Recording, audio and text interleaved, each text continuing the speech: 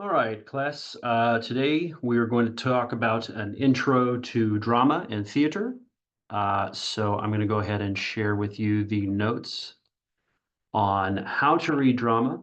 And then we are also going to look at the notes on comedy and tragedy, which are the two primary forms of drama, stretching back to the time of the ancient Greeks. So drama is one of the three categories of literature that we teach in 1102. The first one is fiction, second one's drama, and the last one's going to be poetry, which is going to be fun. But so drama is a little bit different. The main thing to remember about drama and theater is that it's meant to be performed. So as a consequence, plays are kind of designed to be interpreted. A lot of stuff is kind of left open. Descriptions are intentionally vague, especially descriptions about the set or setting or placement of scenes and things like that. Visual details that you might expect from other types of media are excluded in plays because that interpretation is left largely to the director and to the production crew and all the people that go into working on plays, right? And in that way, plays are actually really cool because they can be more variant than other types of literary expression. Different plays will have different feels to them, even though they're essentially telling the same story. Also, in many instances, particularly when the plays are very long, such as the case with Hamlet, for example, the plays are omitted. Certain scenes are omitted from the production to make things shorter or to emphasize other parts. So you need to kind of be aware of that. The way that you read a play, you might want to try to envision the actors and their movements and blocking and things that they're doing. But some readers choose to view it as a form of storytelling that's without the intensive visual descriptions, right? So it's a little bit different in that way, and it reads differently. Things like stage direction and stuff like that are going to complicate it. So most plays use similar conventions or techniques to present the story. And depending on, of course, which time period you're looking at, this may or may not be more the case. So the chorus from ancient Greek theater is a group of people that comment on what's going on. They don't necessarily sing it, but a lot of times they do. The soliloquy is a character's speech or monologue when they are alone on stage. There's also a concept called the aside, where a character speaks to the audience. This is also known as breaking the fourth wall, wherein the character acknowledges that they are in a play, or rather that they are being observed by an audience. Some other types of conventions include multiple marriages and comedies, multiple murders and tragedies, the use of masks, disguises, mistaken identities, and the use of gore or the supernatural. Plays can be written in verse or prose, depending on the theatrical conventions of the literary period that the play belongs to. So literature, like art, moves in periods where certain things are in vogue, certain things are emphasized as part of like cultural trends or whatever. And then depending on the trend of that time, you may have something that's more poetic or more prose oriented, or certain aspects may be emphasized over others. For instance, Elizabethan and Jacobean plays are almost entirely written in blank verse, specifically unrhymed iambic pentameter. Plays following the neoclassical age tend to be written in rhymed iambic pentameter and couplets. So the elements of a play, especially the plot, the theme, and the characters, tend to weave into each other. The action of the play often stems from the motivation of the characters themselves, and the readers determine the theme based on the interpretation. The best way to study the different elements is to consider the play as a whole. So now we're going to go over the different periods of drama. I'm not gonna read all of this word for word. I'm just going to sort of explain generally. So drama was created in ancient Greece, Western drama anyway. And we describe, oh boy, Aeschylus. Oh, I don't know how to say his name. I can say Aristophanes, which is the father of comedy, but Aeschylus is the father of tragedy. Theatrical productions were part of ceremonies that honored Dionysus, the Greek god of wine, fertility, and revelry. Revelry basically meaning to have a good time. So from the ancient Greek came the Greek tragedy and the tragic form. Many of the ancient tragedies did not survive, but some did. And the tragic form began to take shape in the mind of the theatrical performers. Tragedy actually is based on the word for I think it's based on the word meaning goat song, which is a very strange approach to naming something. But so scholars tend to attribute Aristotle as the first critic of theater. He analyzed a lot of plays and their works. And so some of the plays that were lost, we actually know of based on Aristotle's writings. And he sort of criticized the plays at the time and gave his insight. And he determined that tragedies represent a reversal of fortune and a downfall of a royal or high-class figure, an individual figure. And he also claimed that tragedy generates feelings of pity and fear, but there's also a catharsis. You feel, right? Catharsis means to feel vicariously through whatever medium you're being exposed to. Other conventions of Greek tragedy include the suffering of the tragic hero and the hero's tragic flaw, which is often hubris or extreme pride. The only ancient Greek comedies to survive belong to Aristophanes. Greek comedies contained plots that stretched over long periods of time, many locations, and had a large cast of characters. Aristophanes' plays made fun of society, political or cultural, and Greek comedies tended to have fantastic plots, meaning mystical or magical things could happen. Some conventions of this type of drama include addressing current issues, a chorus, ridiculous male costumes that included masks. Okay, then we get to Roman drama. So the Romans kind of based things on the Greeks. Before plays were recorded, the early types of drama in ancient Rome were mime and Italian farces, which were improved exaggerations of family issues. In the 1st century BCE, Romans began to write down these farces. A common convention of Roman drama was the use of masks to differentiate between stereotypical characters. Greek drama heavily influenced Roman theater, as I said, and while the Romans did not develop completely new practices for drama, they did popularize theater in a way that had not yet been accomplished. Roman comedies adapted Greek comedies to suit their audiences, and by doing so added music, subtracted the chorus, and emphasized the idea of eavesdropping, which led to misunderstandings between characters. This adaptation continued on in drama and can even be seen in modern television and film. Early plays have been lost, and the only playwrights whose works to survive are Plautus, Terence, and Seneca. Plautus was the most popular playwright in ancient Rome, and his works focus on romantic comedic episodes. Terence's plays focus on characterization and language. Because few Roman tragedies and only a few references to tragic playwrights survive, scholars do not believe that Roman audiences favored tragic plays. Seneca is the main Roman tragic playwright whose work has survived. Only 9 of his tragedies remain, and they are all based on Greek myths. Then we get to English medieval drama. So after, the fall of Rome and all that stuff, we have the period of time known as the medieval time. You can't really say Dark Ages anymore, which is sort of annoying, but that's all right. So there's about 900 years, give or take here, where because of basically the structure of Europe being held together by the spread of Christianity and the institution of Christianity, the plays of this time were very much aimed at religious motifs and moral messages. So there's the mystery play and the morality play. Mystery plays focus on the mysteries of religion, specifically Bible stories, and then the morality plays focus on the emphasis of the moral messages or what it is that you're supposed to take away, right? So that continued as the trend until we get to this lovely little time period right here, which you may have heard of. This is the Renaissance, and that is where we get the birth of Elizabethan, Jacobean, and Caroline drama. This is basically, you could describe the Renaissance, which is a French term meaning rebirth. You could describe it as the golden age of theater. This is when all of the big Shakespeare plays and many of the other playwrights, such as Christopher Marlowe or Ben Jonson, started to create these works that have been sort of renowned through history. Also, the theater attained a level of popularity at this point in time because the ruling class was largely favorable toward it. The problem is that theater is often an avenue for forms of expression that the powerful aren't very fond of. But nevertheless, the sort of the libertine approach to expression and to knowledge and art and things that are very commonly associated with the Renaissance led to an expansion of the theater, and the theater was fairly well funded at this time by benefactors who were of the ruling class.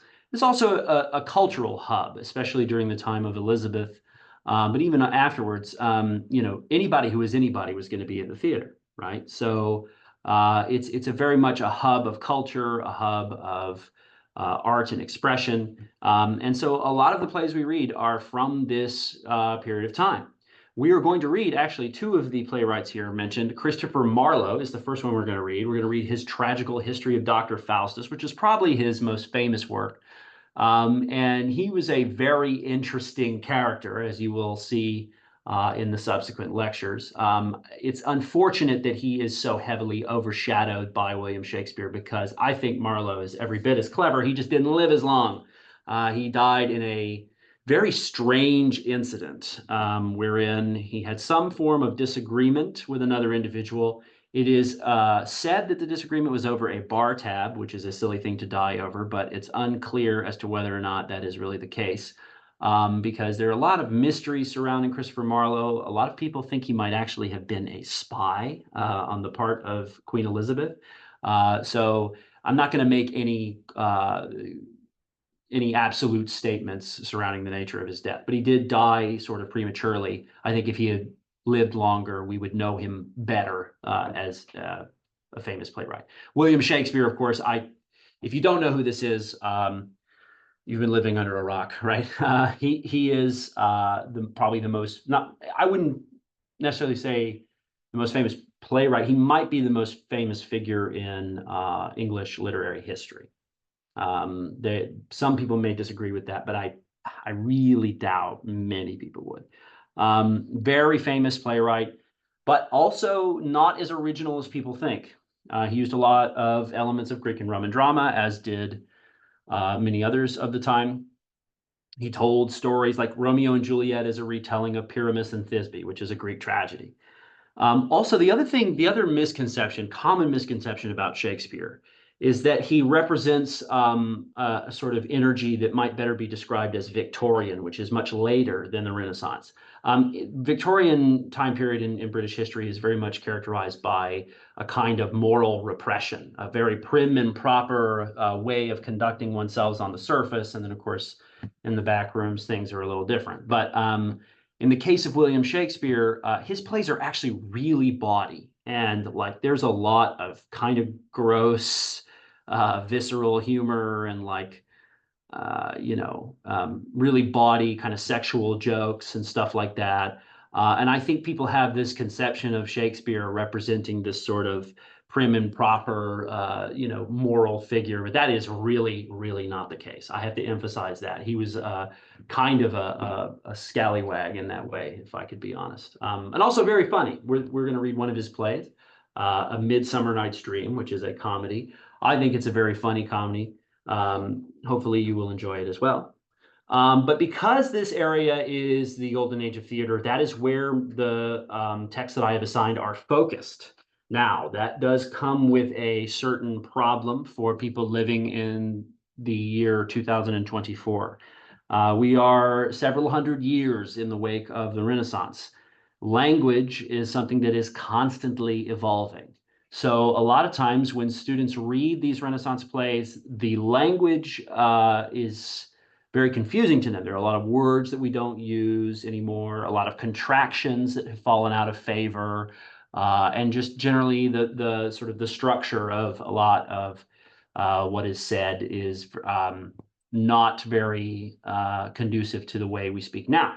So that is, I do understand that frustration. However, in the videos, the lecture videos, I read the play to you and I explain everything about it. So hopefully those, if you watch those lectures, hopefully you won't be as confused as you would be if you just read the texts, right? So do watch the lectures before you take the quizzes over the readings, because I know that the inaccessibility of the language may be an issue.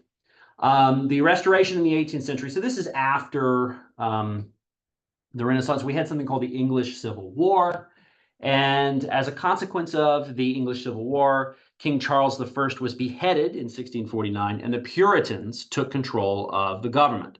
So who are the Puritans? The Puritans are the people who we commonly call the Pilgrims in the United States. They were religious reformists that they were part of the Protestant Reformation. They disagreed very heavily with the other religious institutions of the time, but in particular, because of their presence in England, they disagreed with the Anglican Church in large part, which they thought was oppressive.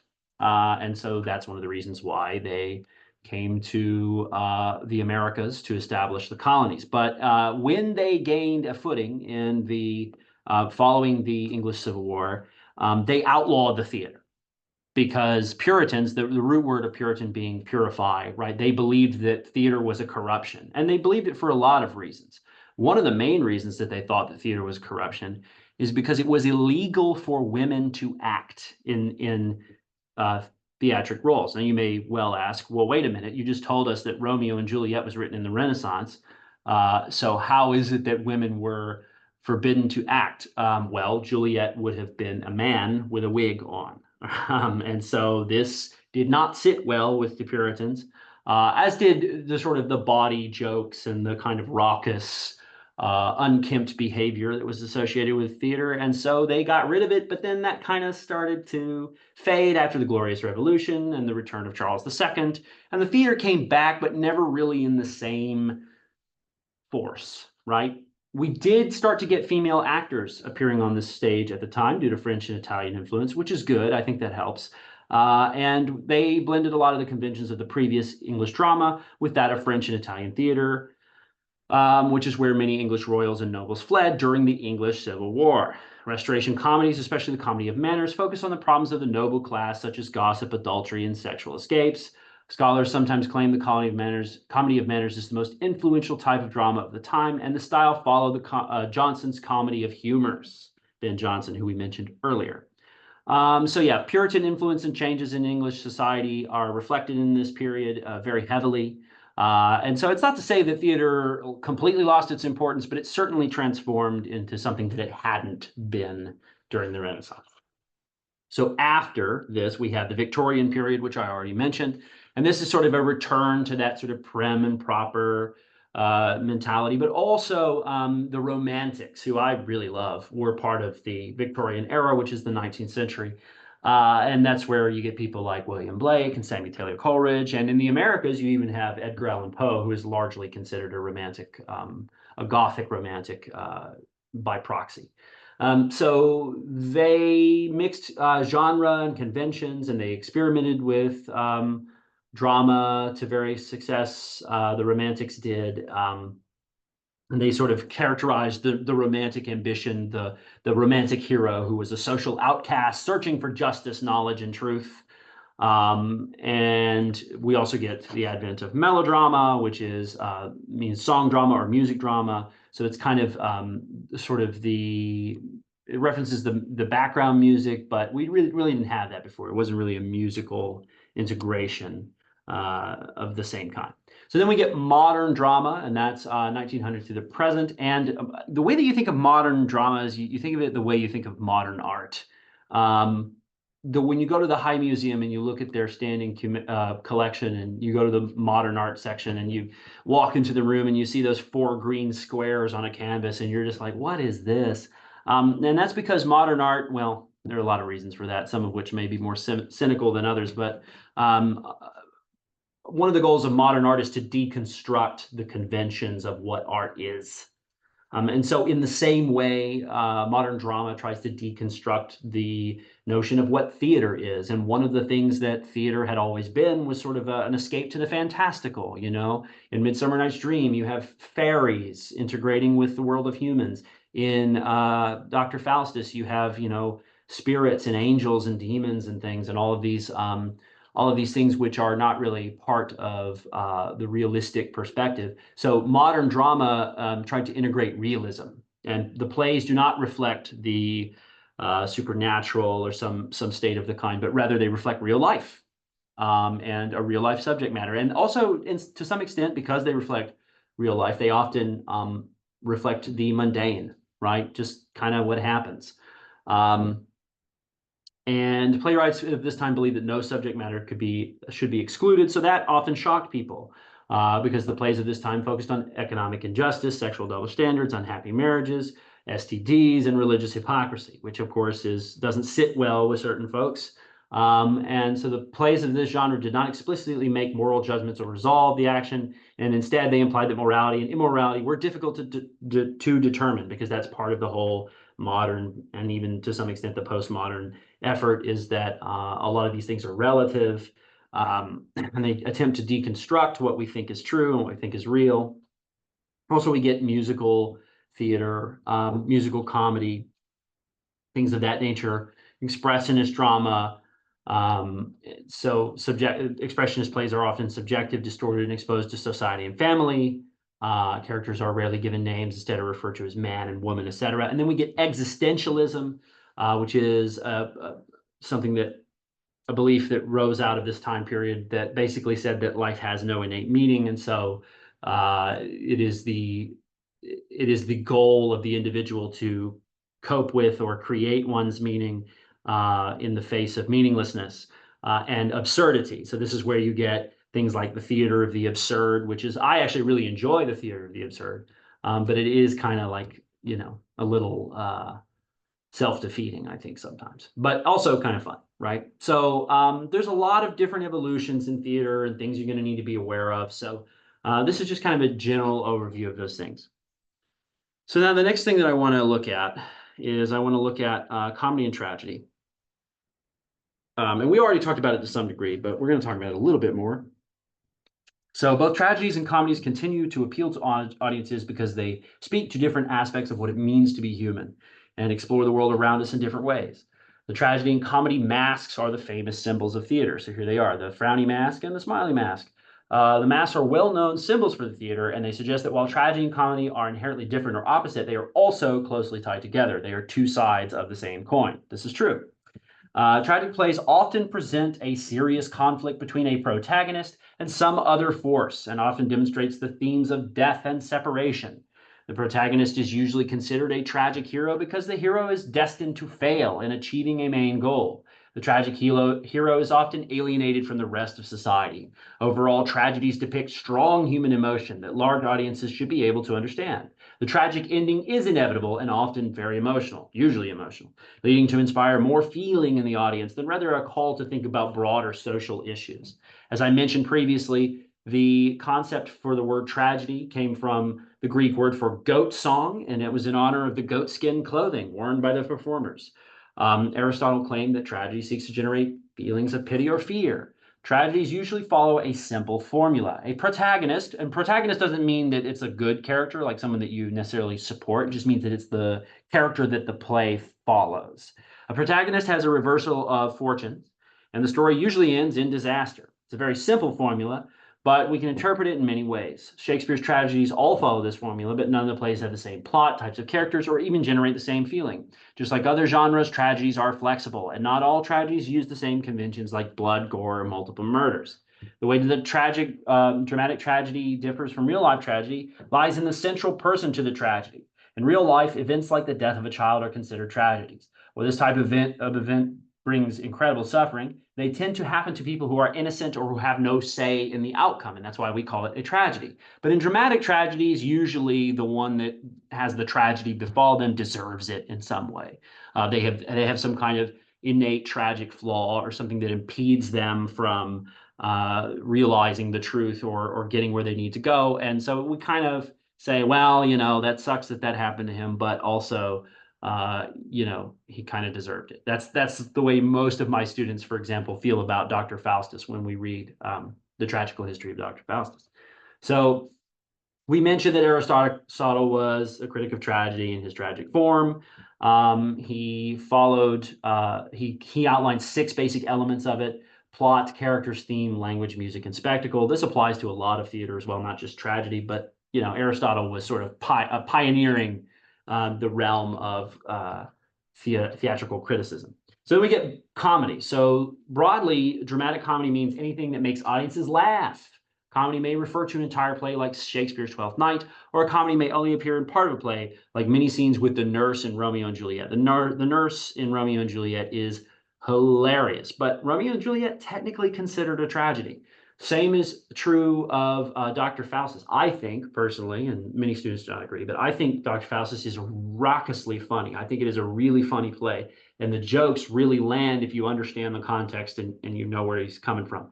But so it's a tragedy, right? It's not to say that comedy is the only thing that can make you laugh. Tragedies can make you laugh too, but the elements of comedy can be used in tragedy and kind of vice versa, right? There's some overlay there. So yes, we are going to read the play mentioned here, Midsummer Night's Dream. And really what happens in comedies is that the plays, there is a problem, like there's a threat to the main characters, the protagonists, but they usually overcome it, right? They grow, they change, they transform, they realize what they need to realize. And so they don't get destroyed the way that the tragic hero does. So that can be more pleasing to some people, but also, kind of not having much at stake sort of makes tragedies a little less engrossing, I think, at times. So yeah, the word comedy comes from the Greek word that means a revel, which is stemming from our boy Dionysus. He's called, what's he called in Rome? Bacchus. He's called Bacchus in Rome, the god of wine and revelry. So having a good time, that's Dionysus thing. Okay, so tragedies have different conventions than comedies and vice versa. Comedies tend to use follies, unions, or reunions and celebrations. So that when we read Midsummer Night's Dream, you're going to notice that it's really all centered around a wedding. And a wedding, of course, it being a very joyous occasion in most instances, you would hope. Okay, and then we get high and low comedy. So different types of comedy. High comedy utilizes wordplay and wit, and low comedy is like the Three Stooges, physical and visual gags and, kind of lowbrow stuff. High comedy relies on its audience's intelligence and focuses on the hypocrisy of human behavior. This type of comedy usually avoids physical or visual humor, anything too base. One type of high comedy is a comedy of manners, which is usually a satire that criticizes the elite or high class society. Low comedy explores physical and visual humor instead of high comedy's verbal wordplay. Low comedy embraces drunkenness, stupidity, lust, clumsiness, and insults. Low comedy makes fun of anything that will generate a laugh from the audience. While many critics of modern film tend to dismiss low comedy, this type of play does have value because it does focus on the failings of humanity in certain situations. Even playwrights like Shakespeare use low comedy and humor in serious plays. In Romeo and Juliet, for example, Shakespeare includes scenes devoted to sexual and crass humor. It's not just Romeo and Juliet. He's really, he's as lowbrow as he is highbrow. I'm telling you, people don't get that about him. And low comedy comes in many different forms, including parody and farce.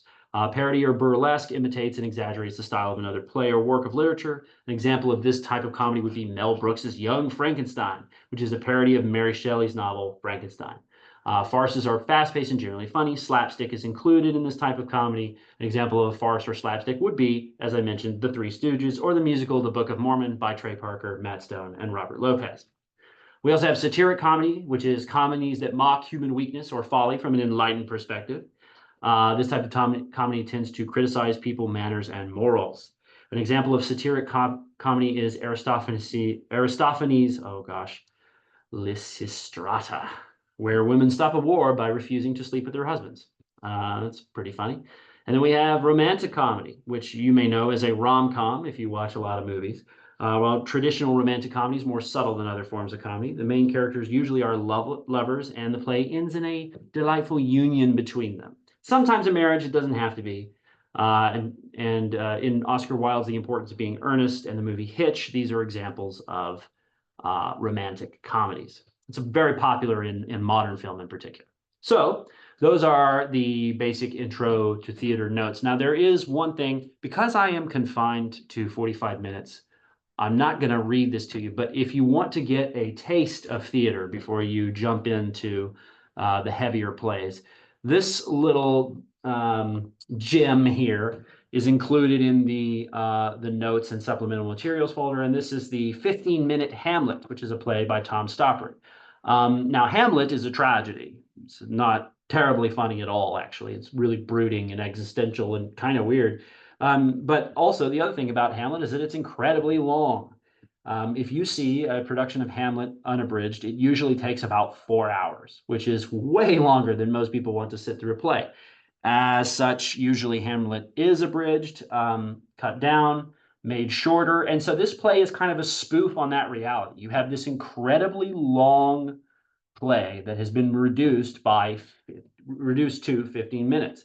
The playwright of this play, Tom Stoppard, was part of existentialism and all of that stuff, and he is very well known for the theater of the absurd, which is just kind of absurdity and silliness and just like crazy, goofy sort of almost satirical takes on life and human existence. This play is very similar. It is absurd that you have a 4-hour play conduced to 15 minutes. But if you want to get a taste of it, I recommend that you read it. When we have a seated class, we always do this at the end of the intro to theater class, and I have different students read the parts and everything. But I'm going to avoid doing that for the purposes of making the video concise. But please do check this out. Get a little taste of theater. It is very funny. It's written in 15 minutes. It's meant to be performed in 15 minutes. And then at the end, there is a 3-minute encore where they do the whole thing again in 3 minutes, just conducing it to the most essential lines. And it's very goofy. Like I said, slapstick. Things happen way too quickly. To convey that someone dies, people just like fall over immediately on the ground and stuff like that. And it's very funny. So I recommend that you check it out, get a taste of theater before moving into the comedy and tragedy that we're going to go over, which is The Tragical History of Dr. Faustus by one Christopher Marlowe, and A Midsummer Night's Dream by William Shakespeare. So if you have any questions about theater or drama or what we're doing for this unit, just let me know via email or phone call or whatever suits you. And I hope you have a lovely time reading these plays.